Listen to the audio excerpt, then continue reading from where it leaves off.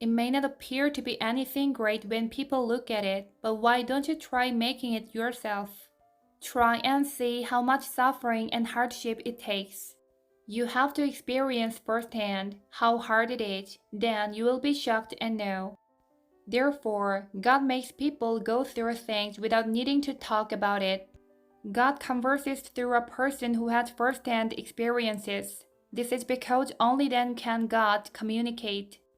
People also communicate with mutual understanding only with those who have first-hand experiences. Choose and use a competent person among those who have first-hand experience.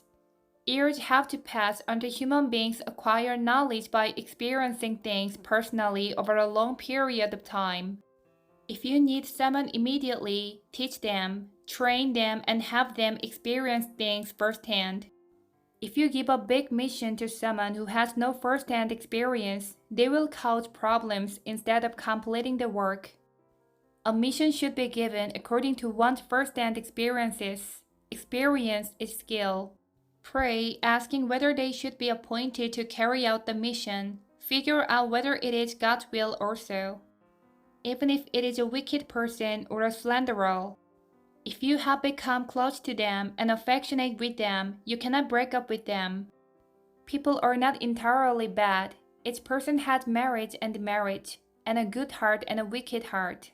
You draw close to someone and build a relationship with them based on their good side. Then, as you become affectionate and close to them, you end up getting tangled up with their wicked side as well. As a result, you are unable to break up with that person. The world is not entirely heaven either. It contains good or bad. Out of the two, one is reserved, but the other is not. Therefore, there is pain and suffering. Heaven is heaven because all things are reserved.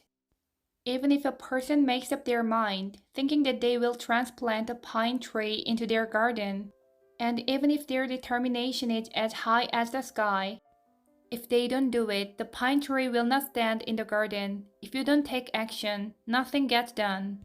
You will only live full of hope in your heart.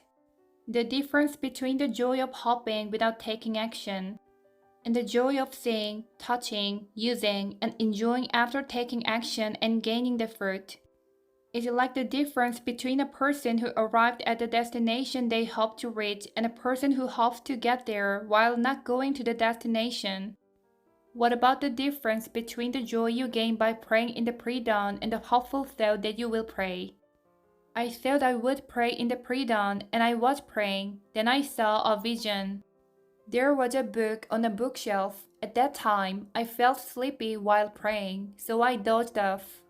Then I saw the book on the bookshelf fall. It was a revelation that if you do not pray, your faith will stumble. If human beings don't do what they have to do, their lives fall down. People's hopes reach to sky, but their actions are stuck to the ground. We must do it. If we don't, things will not work even if God predestined it. If you're sleeping in the Predawn, the Holy Spirit and Jesus do wake you up. However, it is your own responsibility to take action and not doze off.